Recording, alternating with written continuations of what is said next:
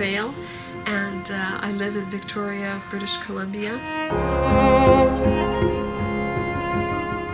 I volunteer with the local Victoria Hospice. I volunteer as a reflexologist or a foot rubber. I ended up taking a course in reflexology so that I would do foot rubbing, and I did that because I was always the family foot rubber in my house.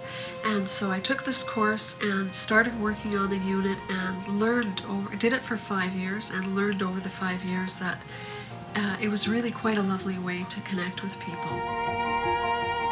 It gave me a chance to sit down with them in at a respectful distance, a leg length apart, and I could just sit with them and hold their feet and give them a foot rub and get to know hundreds of people over the years that I did this volunteer work.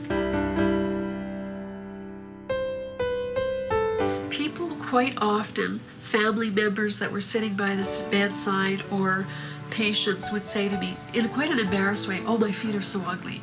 My feet look terrible, and you probably don't want." And I heard this over and over again. And finally one day I went home and I was so sad at hearing that I wrote a story called "Feet Aren't Ugly."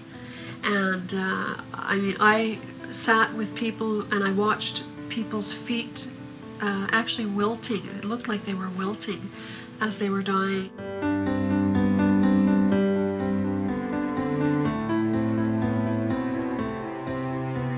2 points of connection to the earth are our feet, and they are not ugly.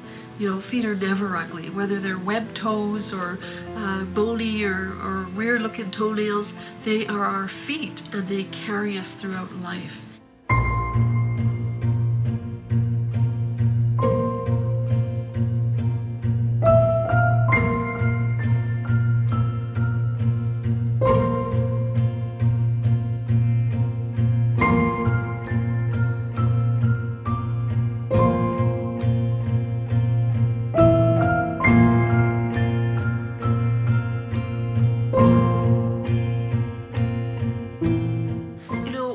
Things that always surprises me is when people ask me, "Oh, how can you work with dying people? It must be terribly sad." And it's really interesting because I feel anything but sadness.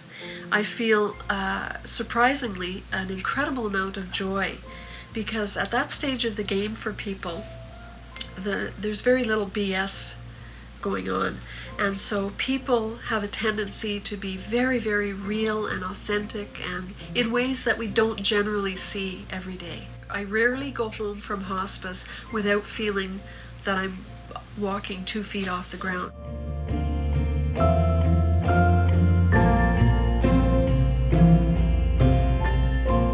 Working with dying people has given me an opportunity to step back and reflect a little bit about how much incredible joy is in life in ways that we aren't taught to think.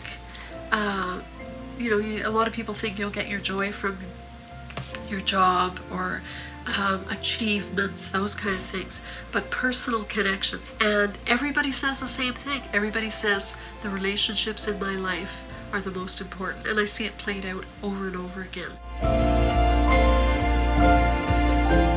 I guess if I were to pass down any information to anybody else who might think about playing a role as a volunteer or even playing a role with your own family, is I can't stress enough what I've learned from the value of touch.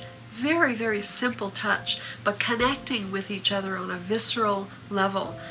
When you put your hands around someone's hand or around their feet, we're holding each other in a very important way.